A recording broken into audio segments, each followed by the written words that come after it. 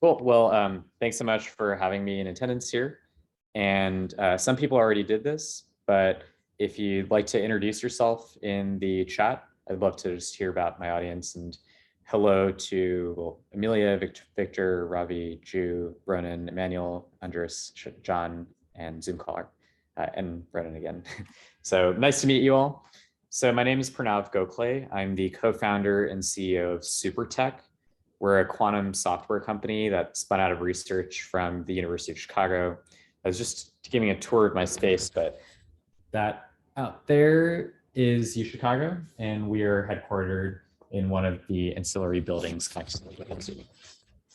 So our company does software for quantum computers, both at the lower end of the stack, working with hardware vendors and hardware companies that are aiming to get more mileage out of noisy qubits. And at the top of the stack, we work with applications companies and algorithmic development. And one of our favorite partnerships is actually with the Advanced Quantum Testbed at Berkeley. And I put the link in the chat earlier, but in case other people can't see it, I'll put it in the chat again. It's called AQT. It's run by Irfan Siddiqui at Berkeley, both Berkeley Lab and University of California, Berkeley. And they do really great research on superconducting qubits. If you're in the area as an undergrad or maybe an affiliated person at Berkeley, you might consider reaching out to them if you want to start getting deeper into quantum and research. That's my strong endorsement. So I thought that for today, what I would do is share, I made some slides on what I'm going to call quantum circuit hacks. And in particular, I thought back to my own time as an undergrad where quantum computing was really interesting, but it also felt like, oh my gosh, it's really hard to read through these dense archive papers.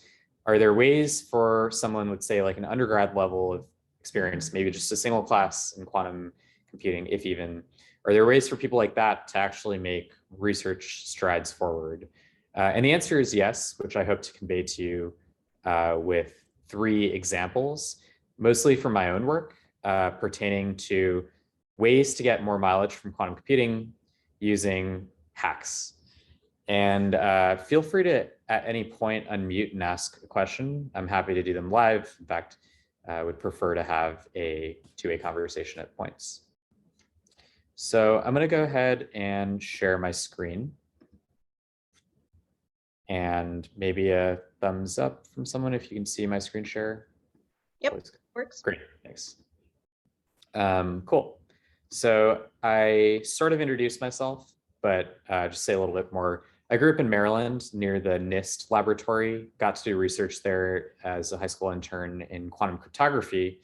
And then when I went to undergrad, I studied computer science and physics at Princeton. So it was a very natural intersection to stay in the quantum space, quantum computing.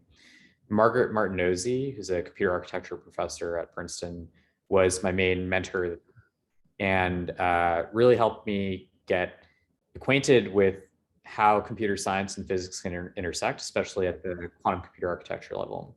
So she led me to Professor Fred Chong at UChicago. And Fred is who I did my PhD with. I graduated a year and a half ago and co-founded the company with Fred. And this is a quick summary of the company. Our mission is to accelerate quantum computing, and we really think that software is going to be a force multiplier for the underlying hardware. This is the team. So as I mentioned, Fred was my co-founder and PhD advisor. He's our chief scientist now. And we have a team of 14, half of us PhD training, but half of us have more of an undergrad type training in quantum. So perhaps that shows you that there's doors for everyone in the quantum field. Maybe I'm going to stick around after my presentation, just chat with anyone who's around. One fun fact about me is that my PhD was actually the fastest in UChicago CS history. And for those of you who may be thinking about grad school or PhDs, be happy to chat about that and give advice on how to escape the misery of grad school faster. So like I said, I'm going to present 3 ideas that led to actual really important archive or publications in quantum. And they all involve some sort of hack. And by hack, I just mean doesn't necessarily require post-PhD level math, but requires some intuitions and maybe mind tricks, and yet leads to really important and cool research results. I I'm lying a little bit here by saying that there's no quantum background required. I do have some slides to help those who are totally new to quantum, but I think I'm going to take some liberties in assuming things like knowledge of a C0 gate or reversible logic, but I won't assume too much beyond that. Okay, so the first quantum circuit hack that I want to talk about is called a swap network. And the key idea behind a swap network is that it is okay to have low connectivity in a quantum computer. And in particular, nowadays with trapped ion computers emerging, I think this is IonQ's 11-qubit machine, there's been arguments that, hey, this is a huge advantage to have if you are able to have all-to-all connectivity between qubits. It's a fully connected graph. And meanwhile, the superconducting folks like IBM, this is IBM hardware, or at Rigetti, or the Advanced Quantum Test Bed at Berkeley, might be wondering, hey, what about us? We have low connectivity. Are we still in the race for quantum advantages?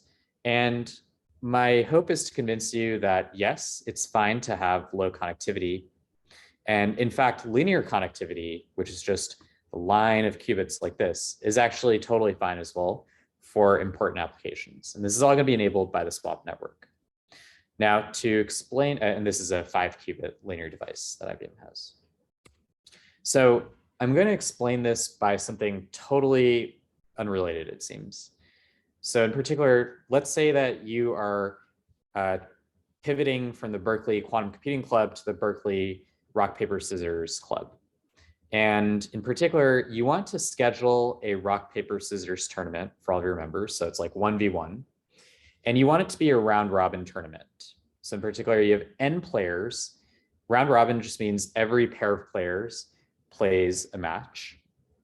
And the question for you is, can these matches be scheduled efficiently? What I mean is that, let's say you want to make it happen over n-1 days. Every day you can have each player play one match, and a player therefore can't play 2 matches at once. So easy example. And by the way, the reason n-1 is optimal, think about it from your standpoint. I'm a player in this tournament. I need to play n-1 other people. So it surely can't happen in fewer than that number of days. Okay, so the answer, let's work it through. N equals 2 is very easy. It's just you and me. If I draw this as a graph, it's just one edge. And clearly I can play you on day 1, which is n-1 is 2 minus 1 is 1. We're good. So n equals 2, totally good. What about n equals 4? So let me think about this as a graph with 4 vertices. And we'll call this like A, B, C, and D. So let's do this. On day 1, A is going to play B, C is going to play D. On day 2, we'll do A plays D and B plays C. And on day 3, we'll do A plays C and B plays D. Easy enough. So that's 3 days of gameplay. And we successfully scheduled this tournament. So it seems like we're good. What about n equals 8? So I'll pause and just, I don't expect anyone to work out the answer, but maybe just think about it for 10 seconds and then I'll show you the answer. Write a note to myself in the meantime too.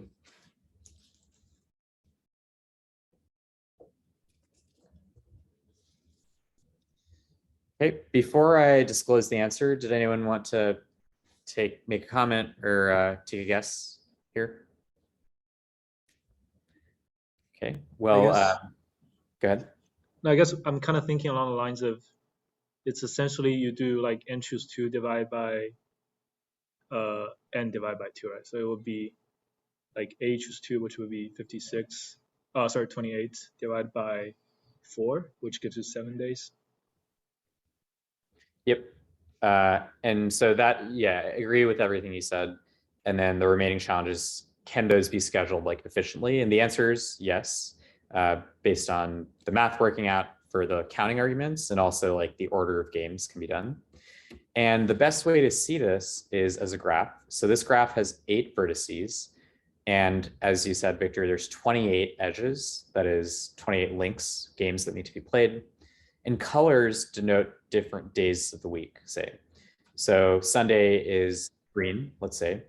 So on Sunday, we're going to have this player play this player, this player play this player, this player play this player, and this player play this player. Cool. On Monday, we'll have red games happen, et cetera, et cetera. And you can convince yourself two things. Number one, that every edge, this is an all-to-all connectivity graph, every edge is there. You can convince yourself that there is exactly 7 colors and that no vertex is connected to 2 edges of the same color. That is, you only play 1 game per day. So that's cool. And mathematically, this is technically called a complete factorization of the uniform hypergraph. To be honest, I really don't know what that means. Well, okay, I kind of do now that I've learned about it. But when I was learning about this stuff the first time, I was more Google searching for if this is possible. And you'll see why I cared about this. So it turns out that this thing here, which is the complete factorization of a uniform hypergraph, is a general pattern. It's not just n equals 2, 4, 8. It holds for any n. And this is called something, it's called Baranyer's theorem. So, okay, why did this matter? Well, let's add, essentially what I'm getting at here is that if you have a situation in which you need every qubit to talk to every other qubit, even though there's order n squared interactions, you could schedule the qubits to talk to each other in n-1 days. So you get a quadratic number of interactions in linear time, linear depth, if you're familiar with that quantum circuit term. But so far, I've kind of assumed I've forgotten about connectivity. And now let me bring that back in. So let's say now that we're doing the same thing, a rock, paper, scissors tournament, and now there's 5 players. So we'll do some, because it's an odd number, we won't necessarily require 4 gameplay days. We'll let us have 5 gameplay days. But the twist is that we're only going to have players move left or right in a line. And in particular, what we could do, for example, is the first game could be A plays B, and maybe C plays D, while E sits out. And then the next day, we might have these players swap spaces, and we might do, say, player A, who has moved from here to here, plays player D, who has moved from here to there. We could have AD, and at the same time, we could have CE play. So you could try to work out this math. It seems a little challenging. And the question again is it possible to schedule all of the games with this new twist of connectivity? And here again, the answer turns out to be yes. And the best way to see it is by example. And this example is really called the swap network. And this is from a paper in 2017, mostly done by Google. And it's really been a pretty groundbreaking result. It's, as I'll show on the next slide, we use it in a lot of applications. But the thing to note here is the following. There's 5 players, meaning that there's 5 times 4 divided by 2 games that need to be played. On day 1, which is layer 1, we're going to have a rock, paper, scissors tournament between player 1 and 2, player 3 and 4. Then on day 2, we're going to move these swaps. So this is compliant with linear connectivity. No player has to move more than 1 away from layer to layer, day to day. And now we're going to have player 1 play player 4 and player 3 play player 5. This is basically what I was doing on the previous slide. And you can verify that every player plays every other player. So in particular, 1 plays 2, 1 plays 4, 1 plays 5, and 1 plays 3. And at the end of all this, we've done n squared games in just linear time.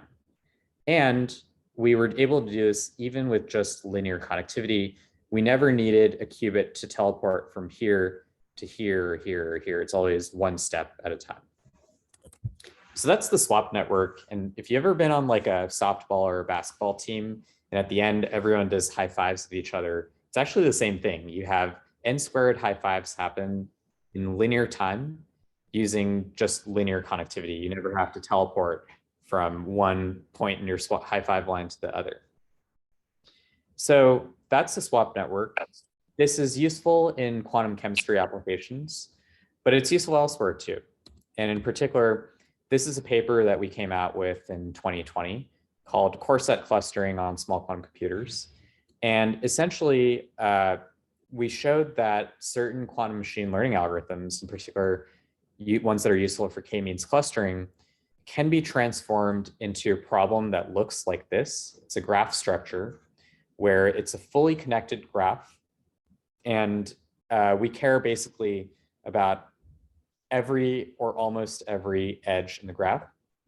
And because of that, we need every pair of qubits to interact with each other. And what you end up with is a swap network. So this is the swap network mapped to IBM linear topology. Notice that it's a little hard to see here, but essentially all n-squared interactions are happening. But at any step, there's no gate between one qubit and a qubit more than one away. It's always nearest neighbor interactions. So that's my first quantum circuit hack that I wanted to explain. And again, my message here is that there's cool things that you can do in quantum without necessarily needing to know like crazy advanced PhD or postdoc math or anything like that. I'll check the chat really quick in case there's questions.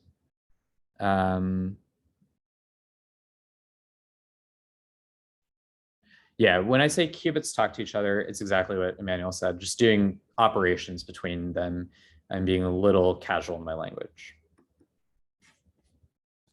Cool. I'm going to move on to the second quantum circuit hack, unless there's any questions or comments before that.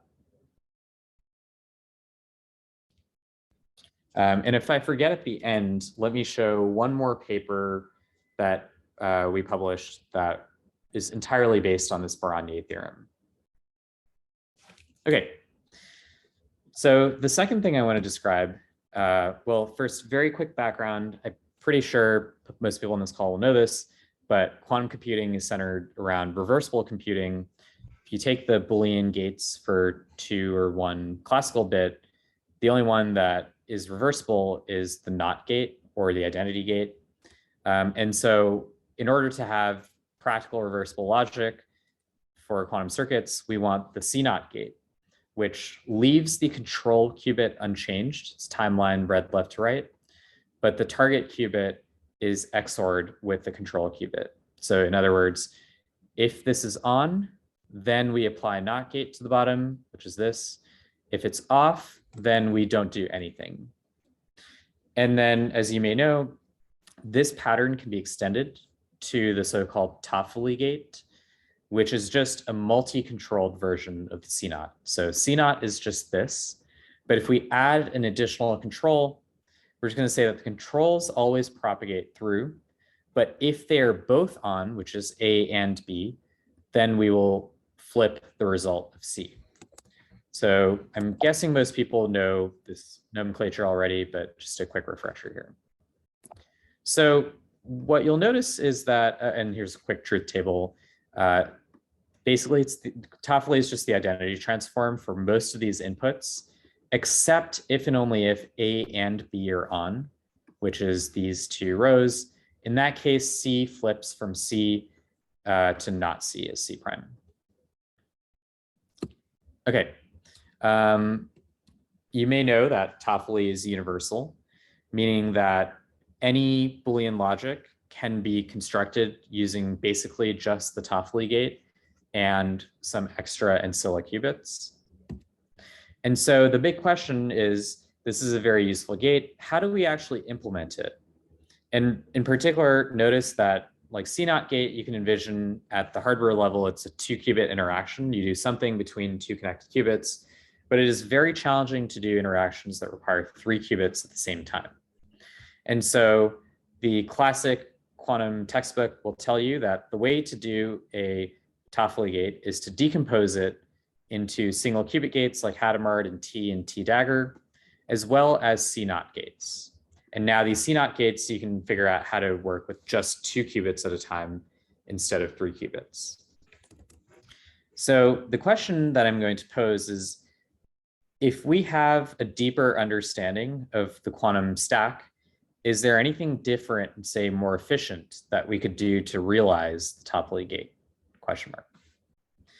And the answer for me is going to be this paper that was my first grad school paper, actually. And it really does, it seems more complicated than it really is.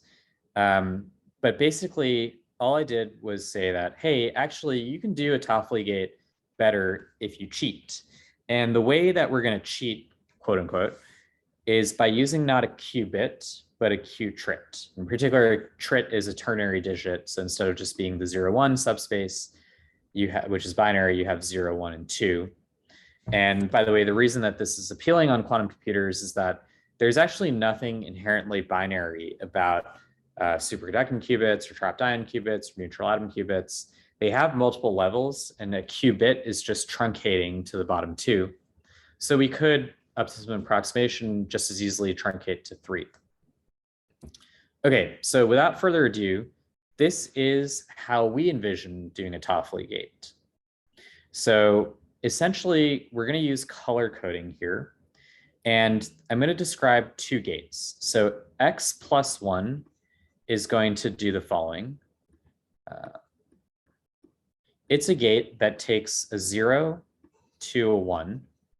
So that's just an X gate. But it also applies in the entire Q-trit subspace, in the sense that if we apply it to 1, we don't go back to 0, but we go to 2. And if we apply it to 2, we go to 0. So it's basically a +1 mod 3. Sorry, mod 3. So that's the special Q-trit gate that we're going to allow ourselves to have here. And x minus 1 is just the inverse of that. The other gate we're going to have is x, and x is just the standard x. But I wanted to have a notation for a special cycle across 3, x plus 1. So I claim that this circuit here performs Toffoli. The other thing here is that these controls, I want to distinguish between a control on a 0 versus 1 versus 2.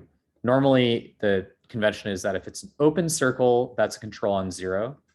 If it's a closed circle, that's a control on 1, but that wasn't good enough. So instead, to represent Q-trits as well. So instead, we did colors. So this means only activate if this qubit is 1. This means only activate if this qubit is a 2. So let's see the truth table. Let me maybe only focus on a couple of the rows here. So if we have 0, 0, 0, then nothing here is going to activate. This control is not going to activate. We're going to have 0, 0, 0 here. Now we caught up with traffic. Oh yeah, there we go. And then we're going to stay in 0, 0, 0. Easy enough. Let's take one of the ones at the bottom. And then once we get past, I think someone is unmuted. So if we have 1, 1, 1, we're going to be 1, 1, 1. This control is going to activate. It's going to push this one into the 2 state because this is one of those ternary gates. Now we have 1, 2, 1. Now this 2 is going to activate, and this 1 is going to flip to 0. And then we're going to be left with 1, 1, 0. This 2 came back to the 1 via this x minus 1 gate. So you could work out the rest of the 6 rows for yourself if you wanted, but you can otherwise take my word that this does implement a Toffoli gate. We end up only flipping on these 2 for the Q2 target qubit, if and only if Q0 and Q1 are both in the 1 state. So that's how we do a Toffoli gate with Q-trits, is essentially the crux, well, one of the key components of this paper from 2019. So that maybe takes me half the way through my quantum circuit hacks. And the last one I'm going to talk about pertains to reducing the number of ancilla qubits that you need. Let me check chat again and also ask if there are any questions. So is the control qubit not affected by interference? This is a good question. There's a few different ways I can interpret this question, actually. So Ronan, if you'd like, you can maybe say something more, and otherwise I can give every answer to this question.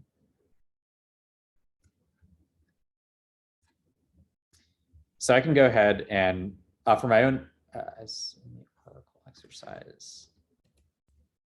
Sorry, I'll just unmute. I don't know the name of it, but you know the one where you have an oracle and you pass in qubits to guess the number within the oracle, and that's using interference from an extra qubit. Yeah. So this is, I think, maybe the Bernstein-Vazirani is an example of this, where you're given this like hidden bit string that you want to detect. So I think the answer to your question is that what's interesting about the structure is that it is actually this decomposition of a Toffoli is that it is input and output binary, and it's only in the middle that we ever access the third state. So as far as like a user of such a gate would be concerned, it's a totally binary gate. And in fact, so you won't ever take a measurement in the 2-state. Exactly. Yes, exactly. And that was also important because it is harder to measure to differentiate 0, 1, and 2 as opposed to just 0 and 1. Another thing to add here is that, well, maybe two things to add here. The reason that we prefer this to this is, well, you can sort of see it. It just requires far fewer 2 qubit interactions. Here we have 1, 2, 3, 4, 5, 6. 1, 2, 3, 4, 5, 6 CNOT gates. And in fact, this also assumes that we have connectivity between these qubits. If you have linear connectivity, you need 8 CNOTs. And here we only needed 3 2 qubit interactions. Granted, it is harder in hardware to do a Q-trit gate than a qubit gate, but you only need to do it 3 times. All right, so the last quantum circuit hack I want to talk about is going to be something called dirty, or, well, there's different names for it, but dirty ancilla is a common word for it. So basically, we're going to try to reduce the number of ancilla qubits that are needed in quantum computing. And in particular, in case you're not already familiar, an ancilla is this extra qubit that's needed to perform computations that are otherwise not possible reversibly. And an example is the NAND gate. So if you want to do a NAND between A and B, the way to do it is to use a Toffoli gate, which I just described how it can be done with Q-trits, and pass in a 1 as the initial ancilla state at the bottom. And it turns out that 1 XOR AB is the same as not of A and B, which is NAND. And this is actually the argument that gives rise to the universality of Toffoli, because as you may know, NAND gates are universal in Boolean normal classical computing. Therefore, Toffolis are universal for Boolean computing as well because they implement NAND. So in a lot of situations, you need these ancilla qubits. And one might be tempted to think that the so-called generalized Toffoli needs ancilla qubits as well. And by generalized, all I mean is that, and so this was, okay, let me try to draw this. So this is just the NOT gate. This is the CNOT gate, the controlled NOT. This is the Toffoli gate, which is also the controlled NOT. This is the controlled NOT, et cetera, et cetera, et cetera. And we call this broader pattern the generalized Toffoli. And you can envision it's important because it essentially gives you an AND. And to say a little bit more about that, it's actually the bottleneck for a lot of important quantum algorithms. For example, Grover search, the so-called diffusion operator, which is a lot of what Grover search is just running this quantum operation, generalized Toffoli. So I explained in this slide that the Toffoli itself for 3 qubits is decomposed as follows. And the question is, how do we decompose a huge Toffoli like this? So I actually have a few demos for this. So let me switch to a desktop screen share.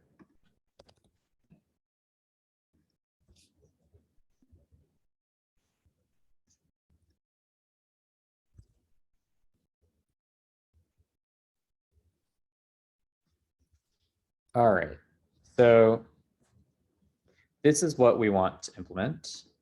And what we're going to do is progress from something called a burnable qubit, which is a very expensive ancilla, you could call it, in fact, incorrect ancilla, to a zeroed qubit, to a garbage qubit, to something called a dirty qubit. And this last qubit, it's still sort of an ancilla, but you'll see it actually doesn't really take any extra space. It's a weird ancilla. And so I'm going to pull up this program called Quark. If you haven't seen it before, I highly, highly recommend getting acquainted with it. It's how I learned most of my quantum circuit stuff. And it's a really nice drag and drop interface for exploring quantum computing.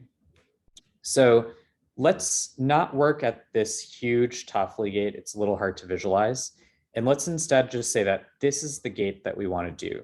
It's a controlled, controlled, controlled not. So almost a Toffoli, but just one extra control. And to show you the action of the circuit, if we have 0, 0, 0, we end up in 0, 0, 0. If we have 0, 0, if we're 1, 1, 0, we still have 1, 1, 0. But if we have 1, 1, 1, then we flip to 1, 1, 1, 1. Yeah, Quark, and I'll put the link in the chat.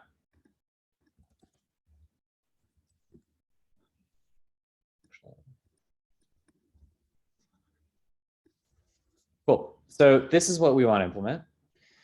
But what we're going to say is we have to break this down into normal Toffoli gates, which are just these 3 qubits. And in turn, under the hood, we know how to implement this either based on this Q-trick that I showed you or the textbook way. But right now, this is we are not allowed to do 4 qubit operations. So what we can do is use ancilla qubits. And so the first type of ancilla qubit we're going to invoke is something called a burnable qubit. And what I mean by that, well, I'll just show this example here. So I claim that this circuit here does, on the first 4 qubits, a Toffoli operation. And it uses a 5th qubit here as an ancilla. And let's see this for ourselves. So only focus on these top 4 qubits, which is where I claim that this is Toffoli. If we have 0, 0, 0, 0, we have 0, 0, 0, 0. But if I have, say, 1, 1, 1, 0, now I ended up with 1, 1, 1, 1. And if I say have 1 here, this should flip into 0. We're good there. One thing that Quark has that's nice is I can do a +1 to show every possible input state. So this is going from like, well, maybe it's a little hard to read here, but 0, 1, 1, 0, 1, 1, etc. Now, just to see what's exactly happening here, what we essentially did is the kind of obvious recursion, which is if we want the AND of these 4 qubits, we can take the AND of the first 2, store it here, and then take the AND of the third and the stored value, and then flip if and only if both these are true. And notice that we only used 2 Toffoli gates, which we're allowed to do. We did some reordering. The target is in the middle here, but that's fair. So does anyone see a problem with this kind of implementation of a Toffoli gate? Like, let's say that you were asked to do this in your homework or at your quantum computing internship this summer, and you changed every invocation of this with you create an ancilla and substitute in these 2 gates. Does anyone see what the problem is with that?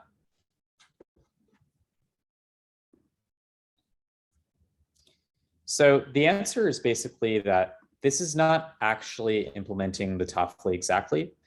And the reason is that it has a side effect. If you're a programmer, that's my way of describing it to you. And in particular, this qubit, which started in 0, this ancilla qubit, is not going to end up in the 0 state. It's going to remain entangled with the rest of your qubits.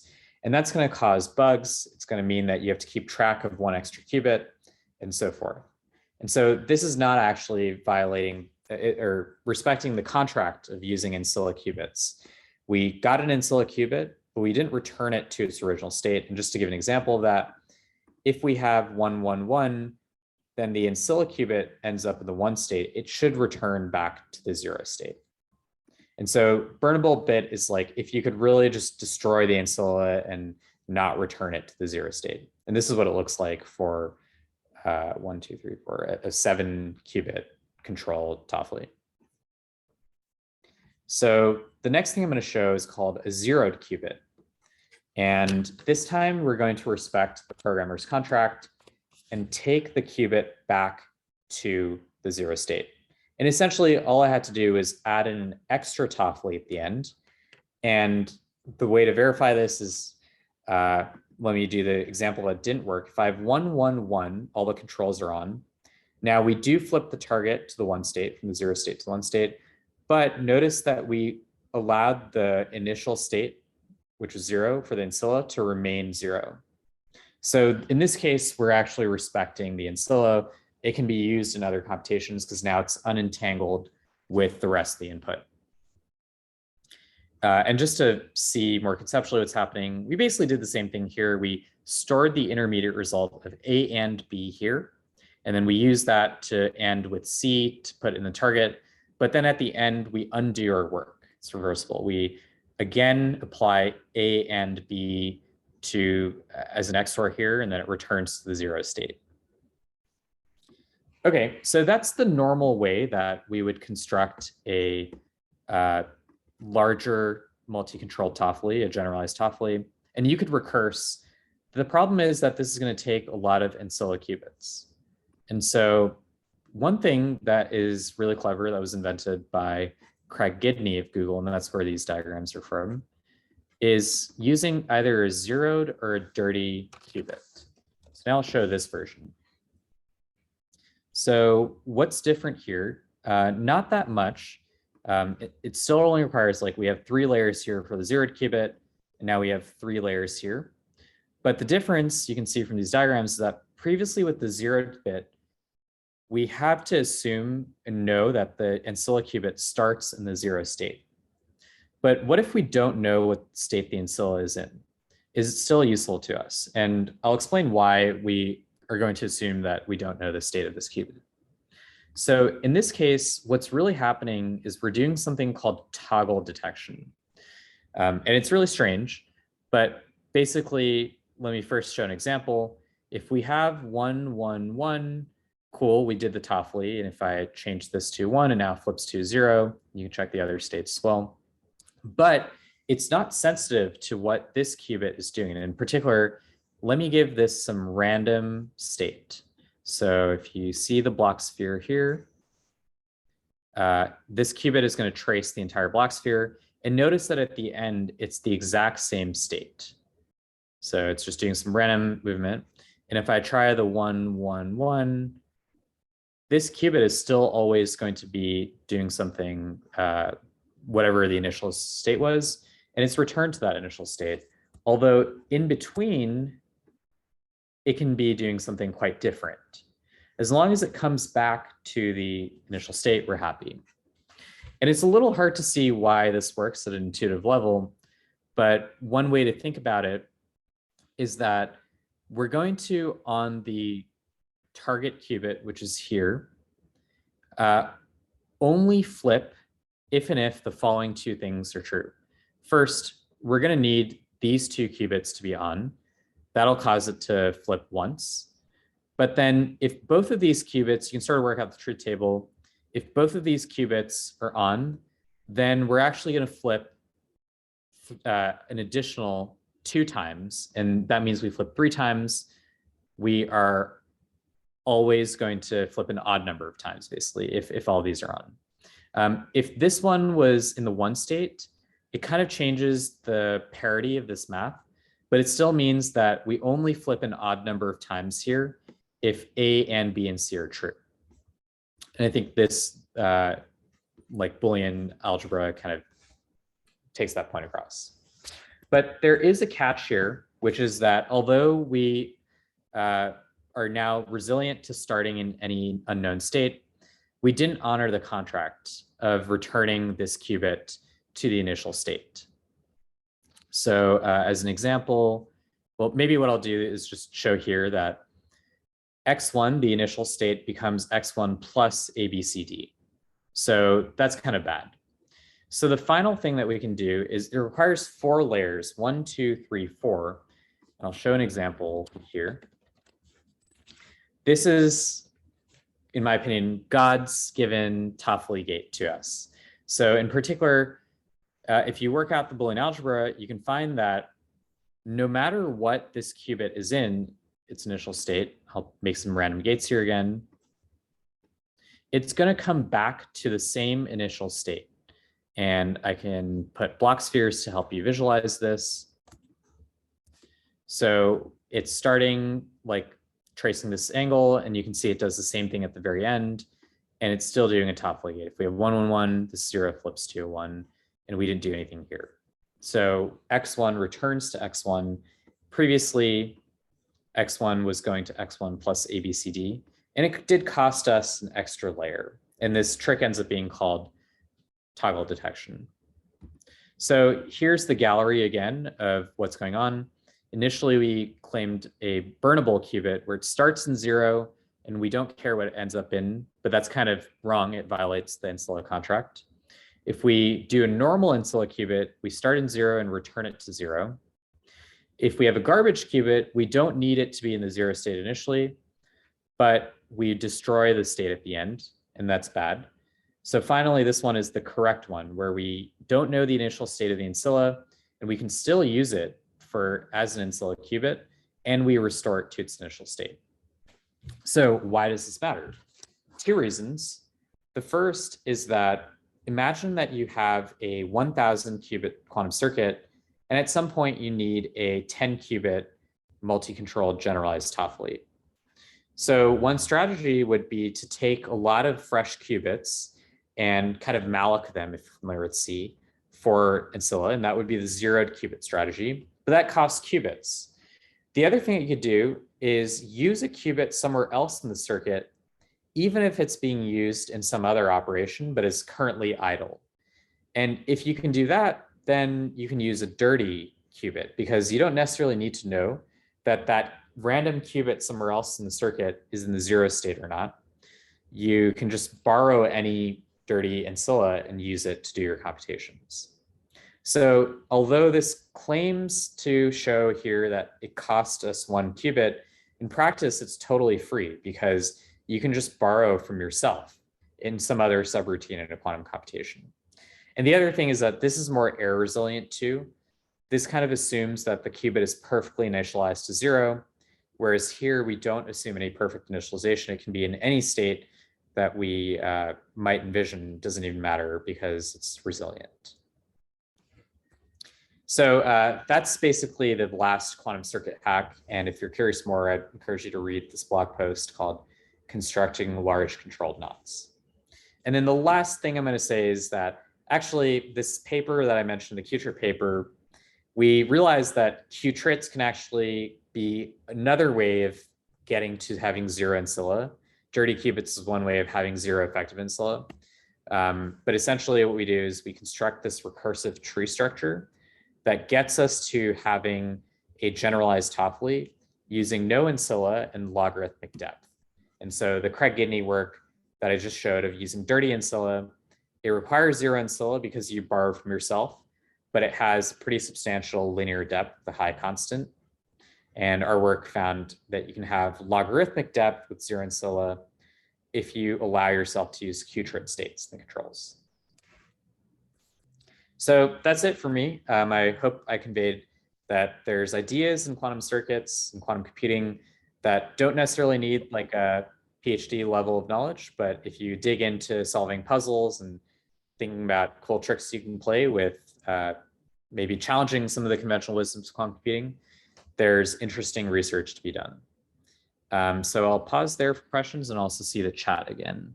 So Emmanuel asks, is in practice the manipulation of dirty Ancilla qubit going to introduce error deviations to the initial state angle? Good question. And maybe just to restate that question, I think what you're saying is we assume that this x1 returns to x1 at the end.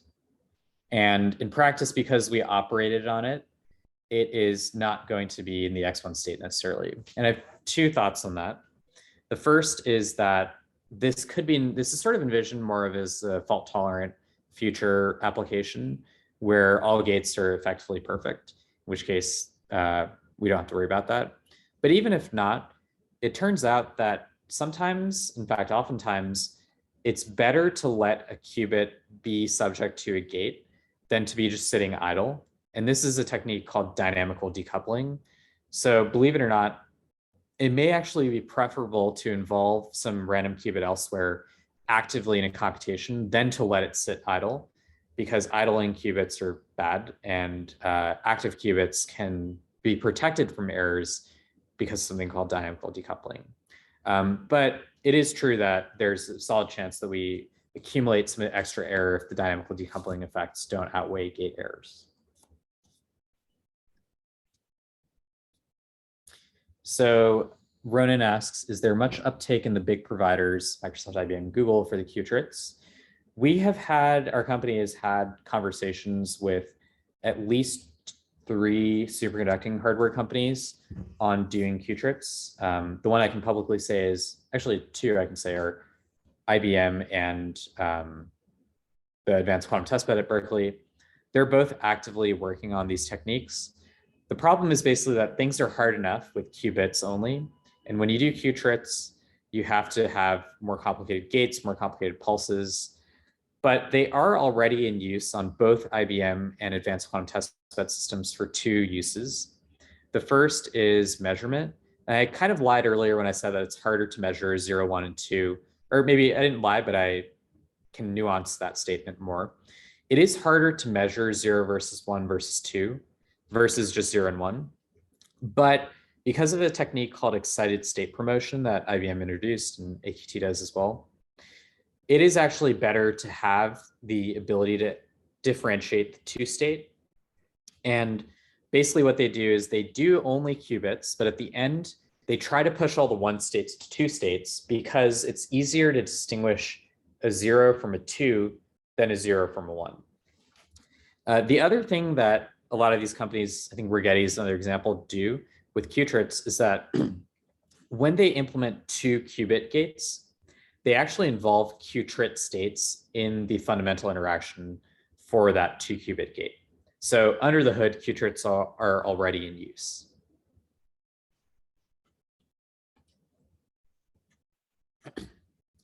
So happy to take more questions. Anders, go ahead.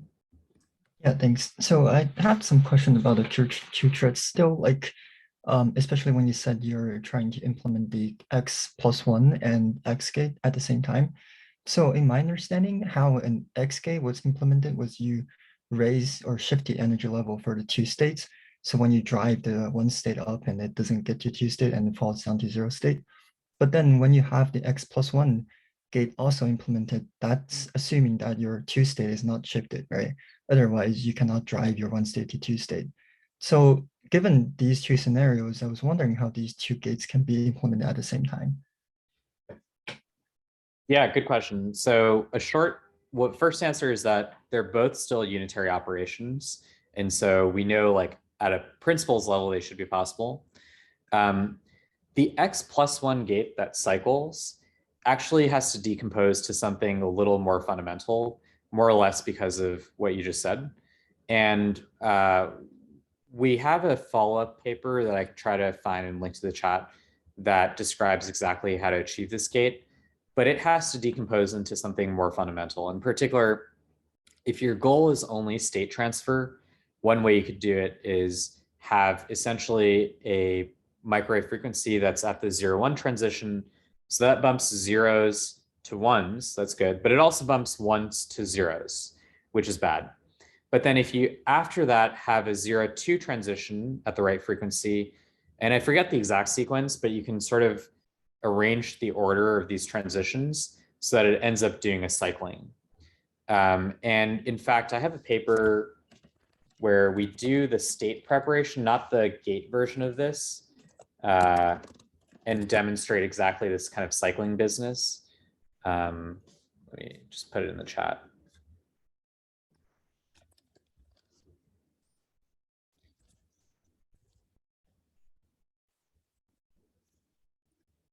We show how to do it for state transfers. I don't know that IBM has done it yet for their qubits, but like the gate, but I know it's in principle possible. And then the Berkeley LBNL lab has been working on like finding more efficient pulse decompositions for this gate too.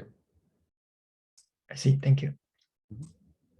So Ronan asked, does the provider abstractions mean that the only way to have efficient gains relationships with them? That's a good question. So I would say that it does require a lot of close interaction with hardware companies and hardware vendors to come up with some of these like Qtrit type optimizations, or rather experimentally access them. That being said, there are ways to simulate with optimal control techniques and Qtip and things like that, the impact of this line of business, I'd say. And one thing, if you, for example, wanted to do research in this field, that I'd recommend is first do it on a simulator.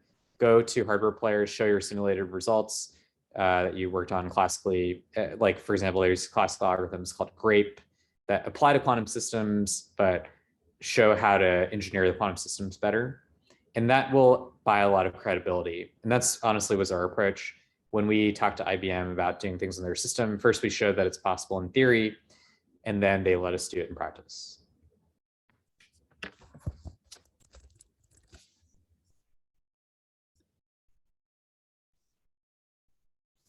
Any other questions?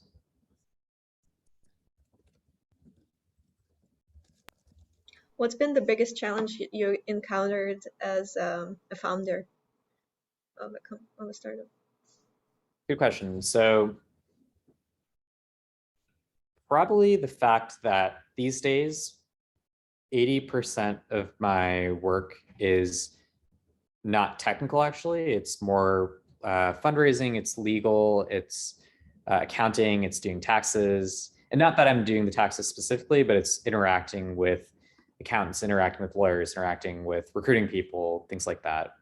It's really fun, but it was maybe everyone told me to expect this, but I didn't even realize the extent to which I would be working on business things, legal things, et cetera.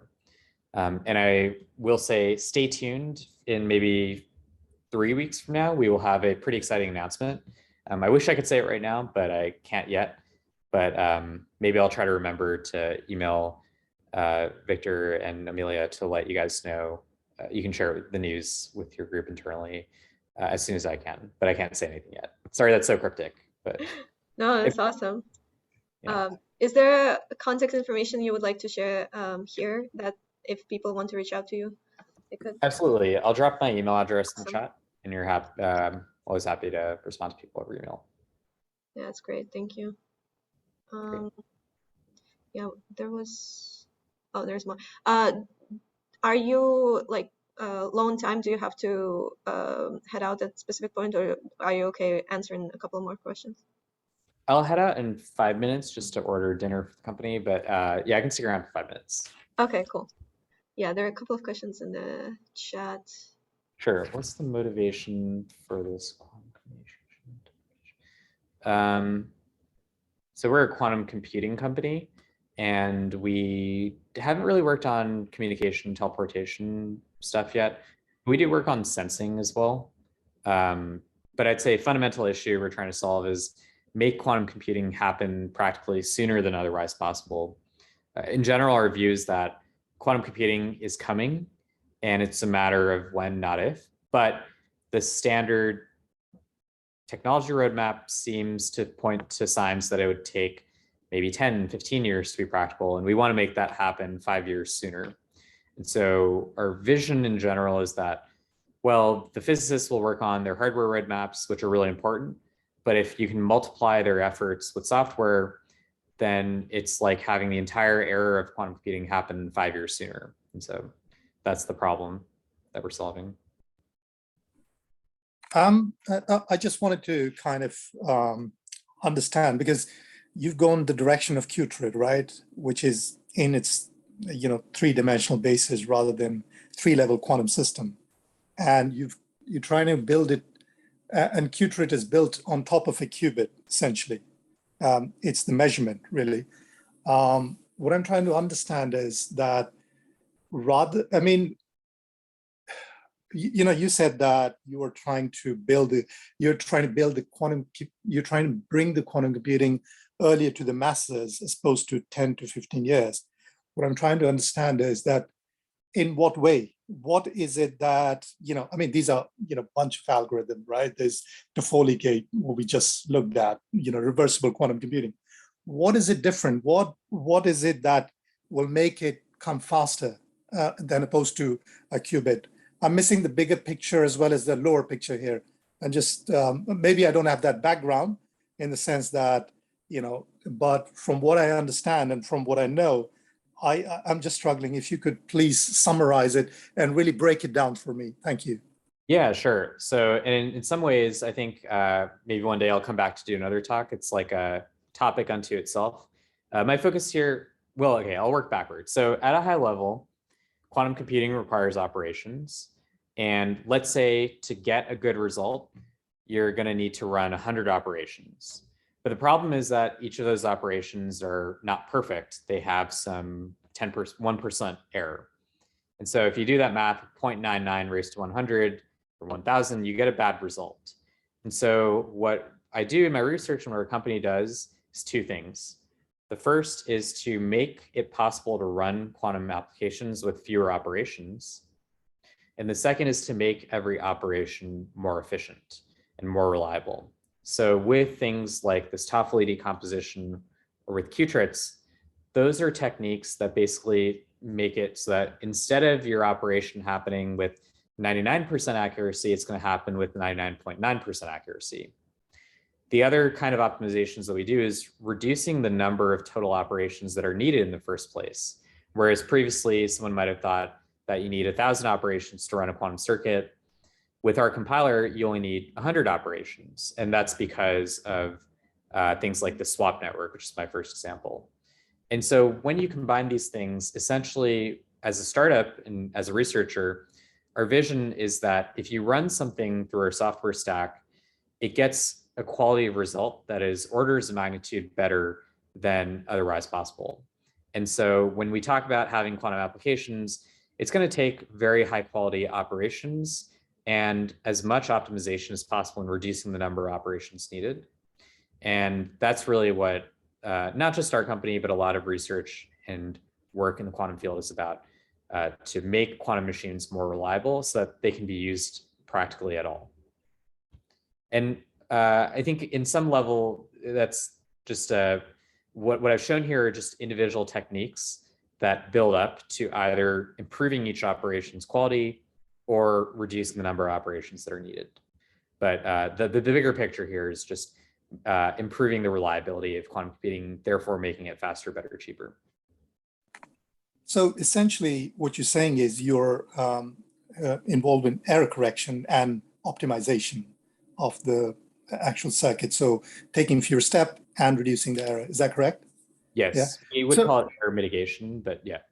So on that basis, I mean, right now the quantum computers we have, we are barely scratching the surface. And regardless, it's a hardware problem, isn't it?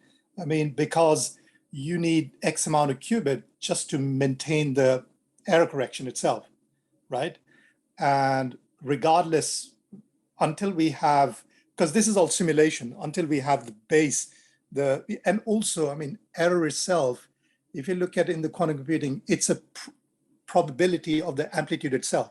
So for example, if an algorithm, a step produces 10% of quantum interference of step, you repeat that 10 times, it makes it 100%, even though it has that error, but it's biased towards the result you're seeking, although you don't know whether this result is not. So you're saying you would you will somehow reduce those steps in a way by optimizing it? Is that what you're saying? Yeah, maybe I'm just trying to generalize it, you know what I mean? Sure. I can give a really simple, maybe clarifying example. So let's say that you someone wrote a quantum program and you run it on the quantum computer, but, and I'll do a whiteboard here really quick. Let's say the quantum circuit had 3 NOT gates in a row, or actually 2 NOT gates in a row. I drew this really poorly, but this is 1 qubit and it's going through NOT and NOT again. And each of these NOT gates, say, has a 1% chance of error. in general, now you've got a circuit that has 98% chance of success. But in this very simple example, we could see that, oh, 2 knots, you don't have to do anything. Knot of naught is nothing. And so when we do these kinds of optimizations on circuits that are passed through a compiler, we maintain higher result quality. We have 100% success here. And so that's what I mean by using software to go beyond what hardware alone can do. Understood. Thank you. Sure. Awesome. Thank you so much, Pranav. I know you gotta probably head out at this point. But yeah, it was a really great presentation. We appreciate having you on, and hopefully maybe you can come back at some point, because somebody mentioned that, oh, we didn't get the PhD advice that you promised. So we might want to have you back for that. Yeah, I'm happy to come back anytime. And I guess today's talk, I only talked about research really, but Yeah. perhaps I could talk at some point about like quantum startups and stuff in our company. I tried to keep it clear of any sales stuff, but if you'd like that at some point, you know. No, definitely. It was really great. Yeah, really appreciate having you on. Sure. Yeah. Thanks for the invite. All right. Yeah. Happy weekend, everyone. You too.